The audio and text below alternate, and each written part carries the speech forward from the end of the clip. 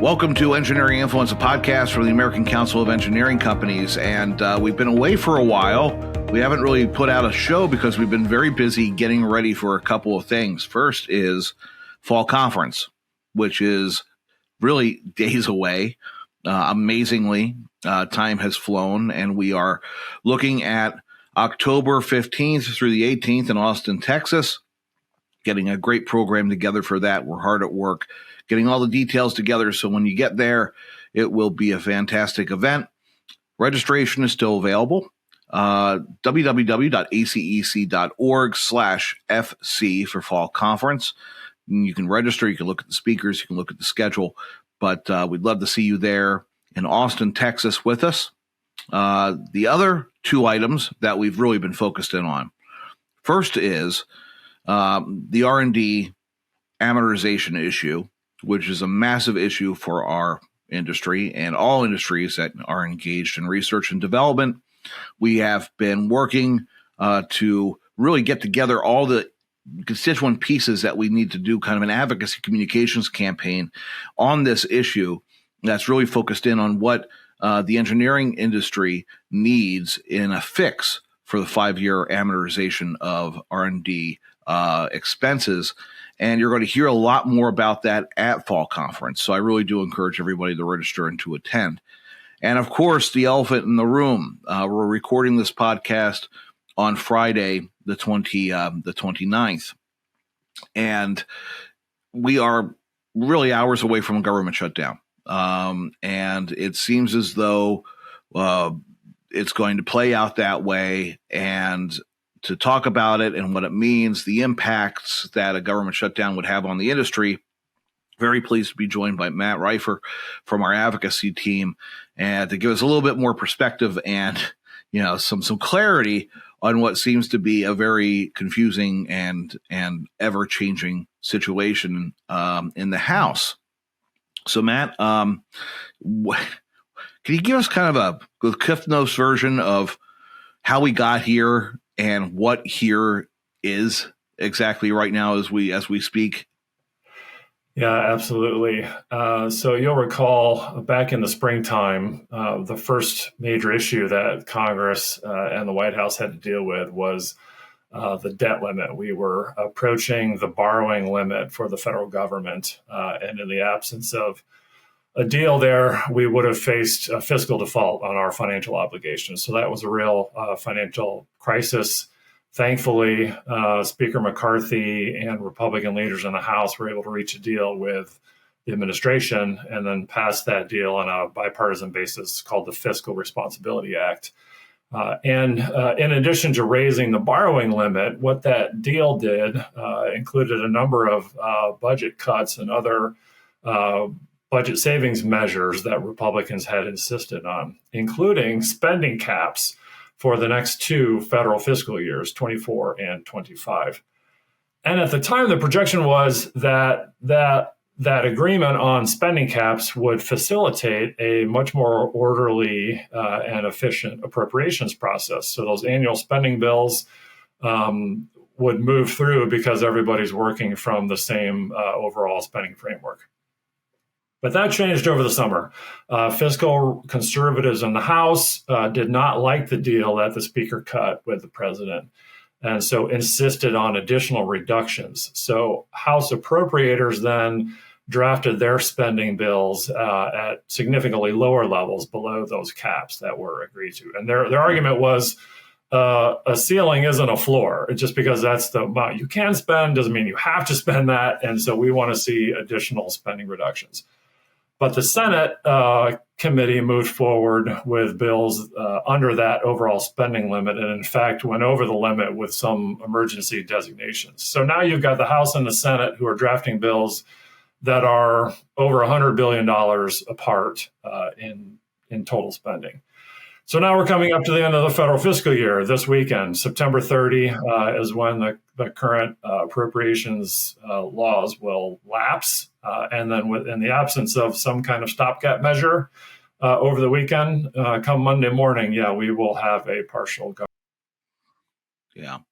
Now, how much of this do you think is how much do you think this is real, and how much do you think policy, or how much do you think is just political? Matt Gaetz is kind of, you say what you will about him, he did a very good job of being the kingmaker when the Speaker McCarthy was finally elected Speaker, and he had that one piece of collateral in his pocket, which is the one vote for a bad, motion to vacate for the chair. How much do you think this is a fait accompli about him just kind of closing the loop on his plan to first get the vote and then exercise the vote to vacate the chair? It's a good question, and that's part of the challenge here, obviously. So the House Republicans have a 9-seat majority, and so on any vote where it's going to be a purely partisan party line vote, Republicans can only lose up to 4 no votes, and if they get to 5, then the measure will fail. So there's incredibly narrow margins, which gives just a handful of lawmakers an opportunity to block something. Again, if it's going to move forward on a partisan basis. And what's tricky in this scenario is you've got so many different variables and issues that a handful of members are raising. As you indicated, there are some, like Congressman Gaetz, who have never supported Kevin McCarthy as the Speaker. They think that he has violated whatever promises or commitments he made to achieve his speakership. And so there's that dynamic. There are Republicans who want to see additional border security funding and border provisions. There are, again, conservatives who want to cut spending. There's opposition to additional Ukraine funding. So there's all kinds of different moving parts on this, which complicate the ability to just pass a so-called clean continuing resolution or short-term stopgap spending measure. So until we get to the point where the Speaker decides, well, we can't pass this on Republican-only votes, and they need to cut, like we had with the debt ceiling, cut a deal with Democrats and the White House, that will be at an impasse. And there still is some word out there that there is the opportunity for the Democrats to come in and bail out the Speaker and cover the break a deal so that the shutdown's averted. What are you hearing about that? And then also, what's the administration saying? What's the Biden administration saying about this? Yeah, I mean, the congressional Democrats have basically said, and the White House is saying the same thing. We have a deal. I mean, the deal was made back in the springtime. So come back to those spending levels that we all agreed to. I mean, I had the opportunity yesterday to be on a call with senior White House advisors, and they're clearly laying the prospects of a shutdown at the feet of what they term extreme Republicans. And they use the term extreme Republican shutdown a dozen times in the course of 15 minutes.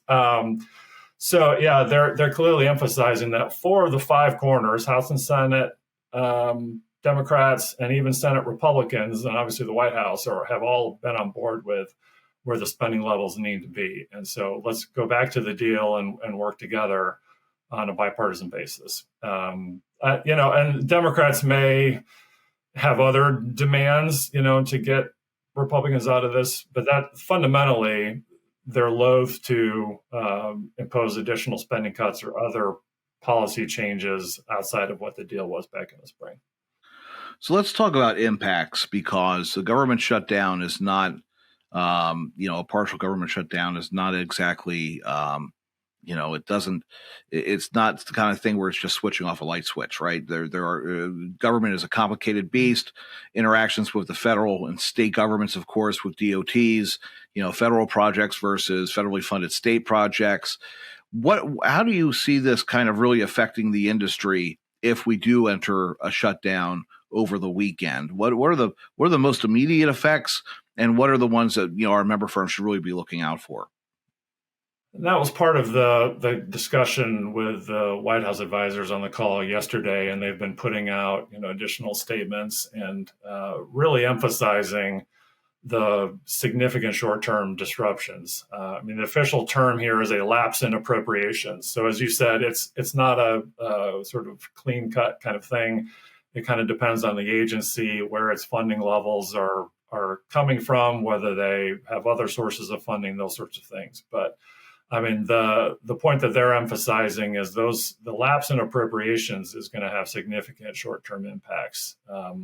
Secretary Buttigieg is talking about air traffic controllers, and the demand that they work without pay will cause problems. But their efforts to recruit and train new controllers to fill open positions and continue to staff up is going to be disrupted. Department of Energy noted that a number of grants that were about to be announced will now have to be delayed because their grant-making office, those staff will be furloughed. The climate advisor pointed out that because the IRS staff will be furloughed, a lot of the policy guidance for the tax incentives in the Inflation Reduction Act, the climate law from last year, are going to be delayed. So guidance on tax credits and other incentives through the tax code will be put off during the shutdown.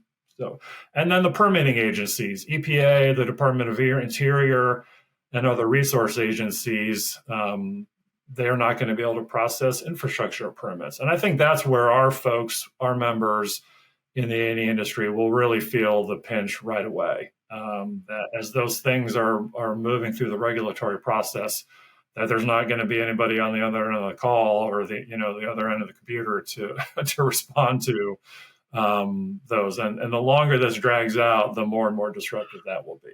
Yeah, absolutely. I mean, in terms of length, I mean, you think this is going to, what do you think about length of shutdown? I mean, is this going to be, yeah, okay, we proved our point, get it out of your system, let's come back and get this done? Do you think they're going to try to push it and really put pressure, that group of House Republicans really put pressure on McCarthy, because it seems like there's a power play. They're looking at potentially one of his deputies, Emmert, I believe, as somebody who could actually be the bridge between the Freedom Caucus and the Speaker. If they brought him in instead, I mean, how do you think this is going to play out? Are we going to be going into October? Or are we going to be in Austin with a government shutdown? I've seen all sorts of prognostications on that, and I'd hesitate to speculate. Obviously, we hope it's short. That those lawmakers who don't think that shutdowns have an impact will be disabused of that notion. That the political consequences, will catch up with them will be very apparent.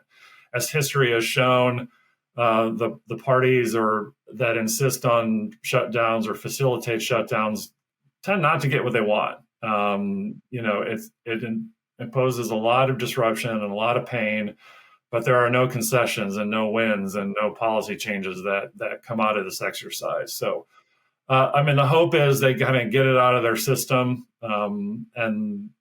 or get kind of isolated on the fringe, and then McCarthy and his team feel like they have the leeway then to cut a deal. I was talking with one of our colleagues yesterday, and he pointed out, the real pain will be when that first paycheck is missed for military, again, air traffic controllers, TSA agents, anybody who is essential to national security, public health, and safety has to continue to work. Those are essential government functions, but they're working without pay. And so when they miss that first paycheck, that's when it becomes even more real for them. And yeah, you'll see lots of news stories. The gates of national parks are going to be shuttered. And again, the disruption will just kind of continue to pile on. So hopefully it's short-lived. Cooler heads and the kind of middle governing core in the House and Senate will come together on a deal. That's the hope. And we're all over this. The advocacy team, of course, Matt, and your team, you're watching everything happening. You're having conversations. So, make sure to stay with us throughout the situation. If we do end up going into a shutdown, we'll have information out on a regular basis. Check out the Last Word blog. Check out, of course, the podcast here.